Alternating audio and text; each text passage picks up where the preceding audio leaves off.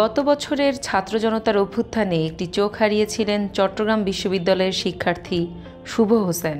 চোখ হারিয়েও থেমে নেই তিনি। এবার চট্টগ্রাম বিশ্ববিদ্যালয় কেন্দ্রীয় ছাত্র সংসদ নির্বাচনে প্রতিদ্বন্দ্বিতা করছেন। আমি বিশ্বাস করি আমাদের যে রাজনৈতিক বন্দোবস্তের যে অভিনবত্ব আসার যে একটা আমাদের স্বপ্ন, তা লালিত করার বা কিংবা তা ওই স্বপ্নে অবদান রাখার নিমিত্তেই আমি চাকসুতে ইলেকশন করছি। শুভ বলছেন, বিশ্ববিদ্যালয়ের প্রায় ২৮,০০০ শিক্ষার্থীর অধিকার নিয়ে কাজ করতে চান তিনি।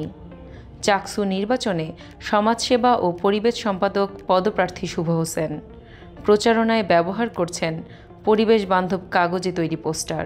এই যে বন কাগজটা মাটিতে ফেলে দিলাম, এটা বৃষ্টিতে কিংবা একটু পচে এটা মাটির সাথে মিশে এখান থেকে গাছ উঠবে। এই যে আমাদের একটা পরিবেশ বান্ধব একটা ইকো ফ্রেন্ডলি একটা প্রচারের যে একটা দৃষ্টান্ত, সেটার জন্য মূলত বন কাগজটা এখানে ইন্ট্রোডিউস করা। ভাইয়া জুলাই গেন্ডিক আন্দোলনে ছিল এবং আমাদের ভার্সিটির যতগুলা আন্দোলন হয়েছে সবগুলো স্টুডেন্টের স্বার্থে উনি সবসময় কাজ করছে, তো এই কারণে আমরা ভাইয়াকে প্রেফার করতে চাই। আমি আশাবাদী সে নির্বাচিত হইলে ভালো কাজ করবে, ছাত্রদের জন্য কাজ করবে, সে পদে যে পদে দাঁড়াইছে সে ওই পদের সম্মান রক্ষা করবে।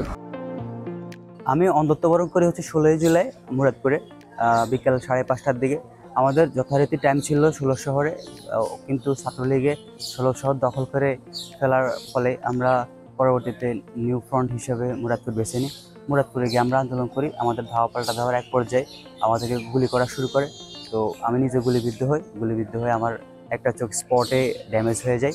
তখন থেকে এখনও অন্ধত্ব বরণ করছি। আর বুলেটটাও বের করা সম্ভব হয়নি। আর ডাক্তার সাহেব বলেছে বুলেটটা তো বের করা সম্ভব হবে না, বরং এটাই বাকি জীবনটাও বুলেটটা বয়ে বেড়াতে হবে। আমি চোখেরই হারিয়েছি, জুলাইতে অন্ধ হয়েছি। এই আবেগে পড়ে আমাকে ভোটটা দিলে আমার চোখ হারানোই বৃথা। আমি সবাইকে বারবার বলে দিয়েছি এবং আমার লিপ্টটা বলে দিয়েছি, যোগ্য প্রার্থীকে যখন ভোট দিবেন তখনই আমার অন্ধত্ব সার্থক হবে।